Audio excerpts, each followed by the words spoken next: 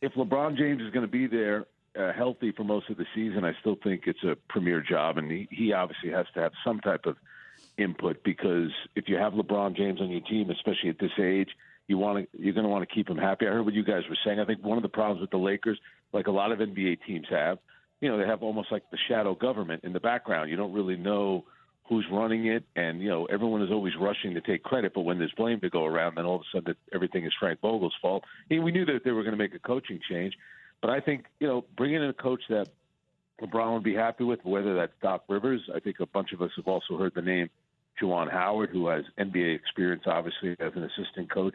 I understand it would be his first NBA head coaching job, but think about the job Ime Udoka has done, being an NBA assistant for a long time. He's done a great job in Boston. So I think Juwan Howard be an outside candidate, but to me, I think right now, and Vegas kind of agrees, I think right now Doc Rivers is probably the early favorite for that job. Wait, Frank, we're talking about thanks Doc a lot, Rivers? Frank. Thanks a lot for clearing that up for Jay, Frank. We're talking about appreciate Doc Rivers. I mean, the coach, the guy who just became the head coach of the Philadelphia 76ers not even a year ago, and they got bounced by the Atlanta Hawks. It does feel, Frank, like Doc is coaching his way out of the Hall of Fame recently. It is a curious choice. I understand what you guys are saying, but I also think it's somebody, that LeBron would be okay with. Obviously, has been around for a long time. The situation in Philadelphia, you guys know this.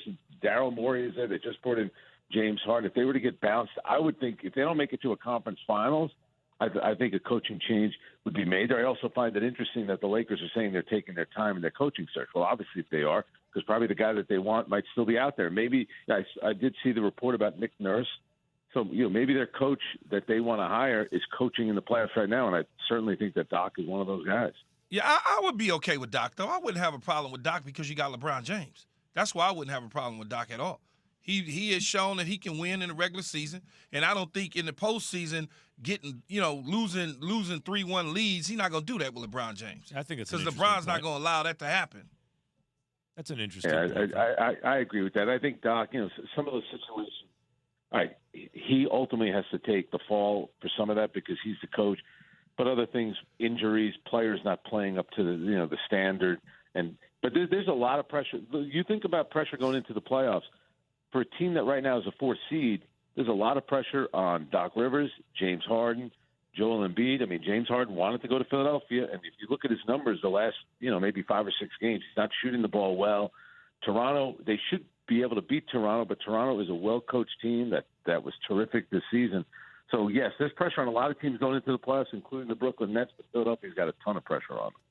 Frank, what are your thoughts on, we had a caller, Russell, come on our show and say that the only person that would have the gravitas to coach the Lakers from like a Pat Riley perspective would be Coach K. I know Coach K turned down the Laker opportunity back in, I want to say it was mid-2000s, I think, with Kobe.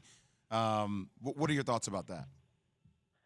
If he wanted it, I'm sure the Lakers would probably be interested, but I don't know. Coach K, you would know better than me. I think there is a lot of truth to that, but I also think Doc Rivers would be that coach as well. I mean, when the famous story about LeBron being in Miami and he went over to Doc Rivers and said, "Man, I'd love to have you over there." So I think LeBron has always respected Doc Rivers a lot, and I think if that's why it's important to have a guy like LeBron sign off on it. I know, like the average fan, that's ridiculous to have the players do something like that. LeBron's in a different area. I'm not saying it's De'Aaron Fox should be signing off on the coach of the Sacramento Kings. This is LeBron James we're talking about.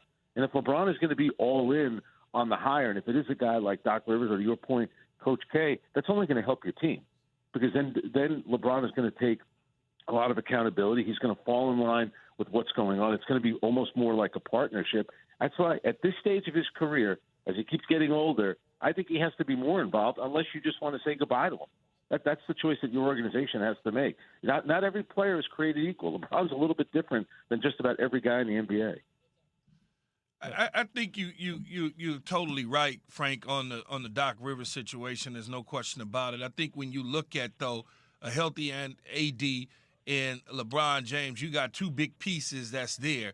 What has the success been for Doc Rivers in his coaching career? He's always had 2 big pieces. And I think coming back to L.A., having Rob Pelinka, him not having to manage the situation like he was with the Clippers, running the front office, doing those sort of things, where he could just solely be the head coach. And then if in fact Sam Cassell joins him, Jay, like you mentioned, there's a guy when Doc Rivers steps away, he slides right into the role as the head coach. I hear you, Frank. It's just I was telling Max, if we're talking about, first off, let's see how Philadelphia does in the first round against Toronto, okay? Yep.